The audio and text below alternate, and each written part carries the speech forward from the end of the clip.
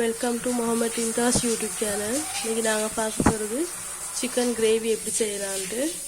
நான் இங்கே 1/2 kg chicken எடுத்துக்கிறேன். அதுக்கு கொஞ்சமாக கொச்சிக்காத்தூளும் புளி கரைச்சலும் உப்பு ஊற்றி வேக விட்டுருக்கிறேன்.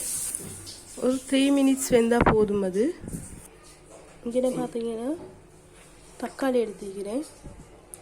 இதில் பார்த்தீங்கன்னா 3 பீஸ் கிராம்பு, 3 பீஸ் ஏலக்காய், கொஞ்சமாக பட்டை, கொஞ்சமாக பெப்பர் எடுத்து நல்லா இடித்து வச்சுக்கிறேன். பச்சை கொச்சிக்காய், வெள்ளைப்பூடு, ரொம்ப கருவேப்பிலை, இது பெருஞ்சீரகம், வெங்காயம்,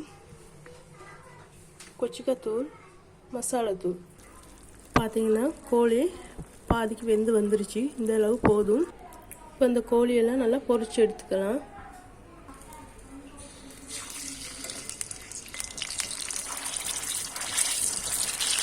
இது ஒரு பக்கம் நல்லா பொரிஞ்சு வரட்டும். பார்த்தீங்கன்னா இந்த சிக்கன் இந்த அளவுக்கு பொரிஞ்சால் போதும். இது கிரேவியில் ஆட் பண்ணதாங்க. அதனால் இங்கிட்டு ஒரு தாச்சியில் கொஞ்சமாக எண்ணெயை ஊற்றி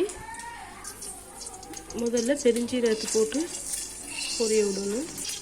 இது யாருமே சொல்லாத ட்ரிக்ஸ் ஒன்று தான். என்கிட்ட முதல்ல பெருஞ்சீரகத்தை போட்டு சிக்கன் குழம்பு வைக்க போல் நல்லா டேஸ்ட்டாக இருக்கும். அதோட ஃப்ளேவர் நல்லா இறங்கி இருக்கும். நீங்கள் ஒரு டைம் ட்ரை பண்ணி பாருங்கள். வெள்ளைப்பூடியும் ஆட் பண்ணி வைக்கிறேன். அதோடய சேர்த்து வெங்காயமும் ஆட் பண்ணி வைக்கிறேன். ரொம்ப கருவேப்பிலையும் சேர்க்கிறேன். இது லைட்டாக பொரிஞ்சு வந்தாலே போதும்.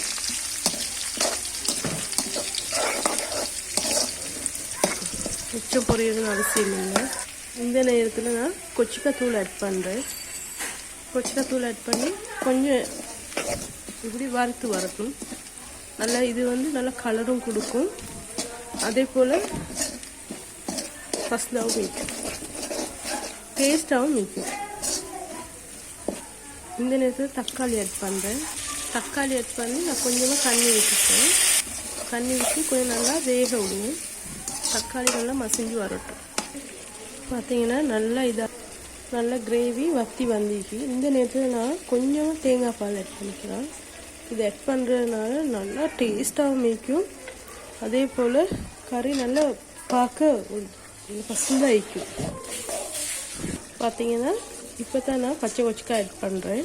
இது பார்த்தீங்கன்னா சிக்கன் ஸ்டாக். நான் சிக்கன் அரைச்சிட்டு தண்ணி அதை வீச வேணும். அதையும் இதோட சேர்த்துக்குவோம். நான் இது வரைக்கும் உப்பு சேர்க்கல. ஏன்னு கேட்டால் சிக்கன் அவிக்க போது நாங்கள் உப்பு புளியெல்லாம் சேர்த்து தானே வச்சுருந்தோம். அதில் உள்ளதும் இருக்கும். இப்போ நாங்கள் இன்னும் கொஞ்சம் நேரம் போயிட்டு உப்பு பார்த்துட்டு நாங்கள் உப்பு ஆட் பண்ணிக்கலாம். கிரேவி கணக்காக கொதிச்சு வரும்போது மசாலா தூள் ஆட் பண்ணிக்கிறேன். நல்லா கிண்டி விட்டுக்கலாம்.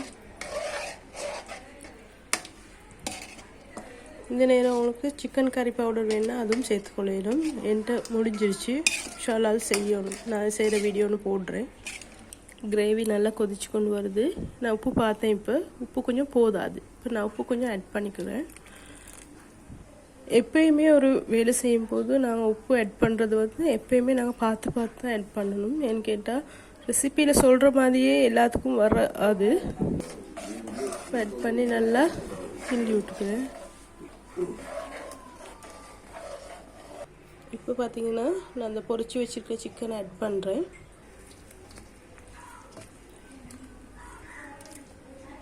எப்பயுமே ஆனால் நடுவில் ஒரு இடிக்கு தூக்கி போட்டுருவானா. அந்த கொதிச்சு கொண்டு வைக்கிற தண்ணி மேலே பட்டுச்சுன்னா மூளை புண்ணு ஆவிடும். இந்த மாதிரி ஓரத்தில் சேர்த்துட்டு இப்படி கிண்டி விட்டுக்கோங்க. சமைக்கும்போது எங்களோட சேஃப்டியும் பார்த்து தான் நாங்கள் சமைக்க வேணும். பார்த்தீங்கன்னா 3 ஏலக்காய், 3 கிராம்பு, பட்டை, பெப்பரெல்லாம் இடித்து வச்ச தூளை இப்போ தான் நான் சேர்க்குறேன். இது ஏன்னு கேட்டிங்கன்னா இந்த கடைசி டைமில் சேர்த்தோம்னா நல்லா ஃப்ளேவர் கொடுக்கும்.